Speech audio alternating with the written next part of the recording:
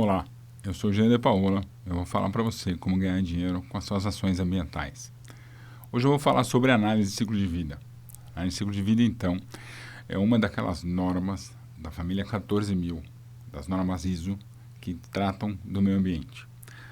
A análise de ciclo de vida é um conjunto de etapas, de ações, em que você ou a sua empresa fazem para poder entender o que quais são os impactos que são gerados na natureza a partir das ações da sua empresa.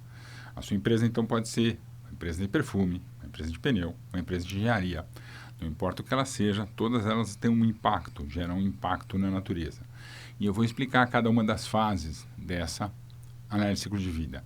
A primeira coisa que você precisa saber, quando você vai fazer uma análise de ciclo de vida, é qual é o escopo, né? Por que você vai querer fazer, onde ela vai atingir.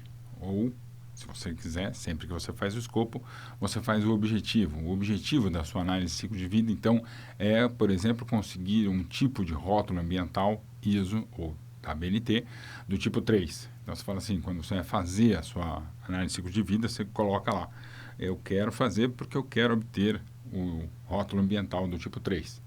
Então, ou simplesmente obter informações sobre energia ou consumo de gás. Então, você coloca lá.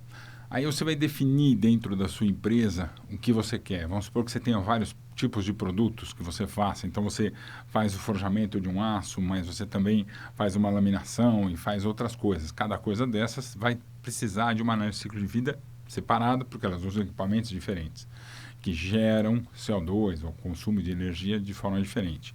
Então, a primeira coisa é você ter o seu objetivo e depois você faz o escopo. Aonde você vai fazer? Via de regra, você acaba fazendo dentro da sua fábrica. Na sua fábrica, você fala assim, não, eu quero aqui dentro que me interessa, que é o que me interessa.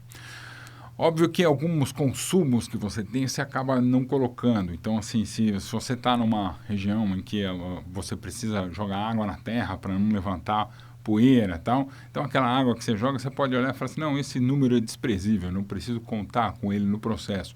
E aí você vai anotando, você fala assim, não, isso aqui eu quero, isso aqui eu não quero.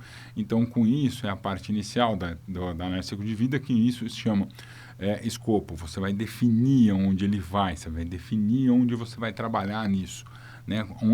Quais são as dimensões que o pessoal fala, onde você vai colocar o cercado do seu estudo. A partir daí vem a parte que normalmente quando eu vou dar o curso, eu falo que para as empresas é o mais importante. A análise de ciclo de vida para uma empresa que quer obter o dado para entender se ela está na frente ou atrás na geração de CO2, uma empresa que esteja em qualquer lugar na Itália, é essa parte que é o inventário. O inventário, então, como o nome já diz, você vai coletar os dados e fazer uma grande planilha daquilo que você recebe, então água, luz, para colocar no seu processo, gás, e aquilo que você gera, os efluentes, CO2. Então, nesse ponto é importante. Então, nesse ponto, você vai olhar aquilo que você vai gerar e o que você vai consumir.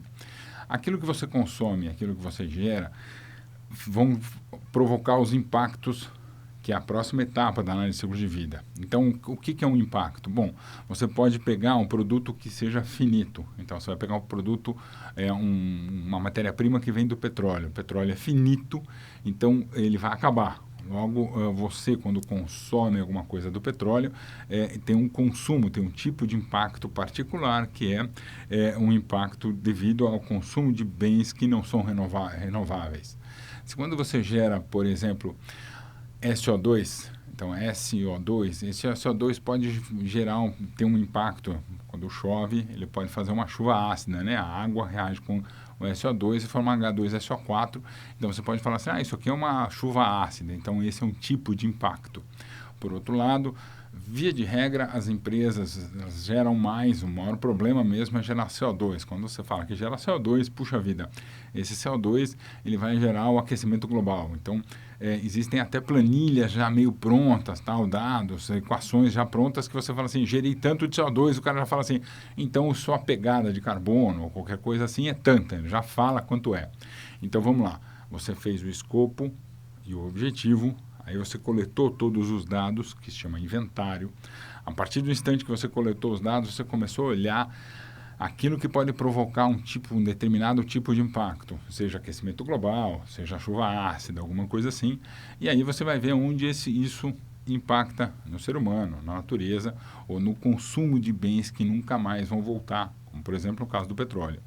E aí você vai fazer esse tipo de análise.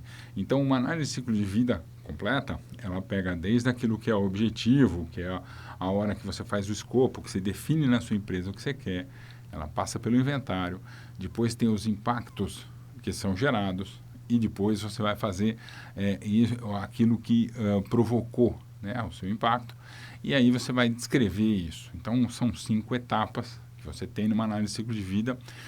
Eu, quando eu fiz o doutorado em aços, é o mesmo processo. Então, não interessa se seja uma fábrica que faz perfume, ou pneu, uma empresa de engenharia, todas elas têm sempre algum tipo de impacto. É isso que você precisa entender. Onde é que a gente consegue pegar uma informação bacana? É no inventário. Então, via de regra, quando eu vou falar de análise de ciclo de vida, eu me preocupo mais com o inventário. Por quê? Porque é a partir do inventário que você pode pegar os seus dados, aquilo que o seu processo gera, por exemplo, de CO2, e fazer uma comparação com os dados de fora, da Itália ou sei lá, da Suécia, e ver como o seu processo está dentro disso tudo. Então, reparem que você tem 2 vertentes. Quando você faz uma análise de ciclo de vida, uma vertente é uma vertente social, uma vertente que vai mostrar para os seus clientes ou para os seus consumidores que você está caminhando junto ao meio ambiente. E a outra é uma vertente de produção, né? Quando você pega os dados da análise de ciclo de vida, ou os dados apenas do inventário, a partir desses dados você consegue olhar e comparar com os dados internacionais e ver se o seu processo está bem ou não, ou se está na média. Eu sou Jânio de Paola, eu estava falando sobre análise de ciclo de vida.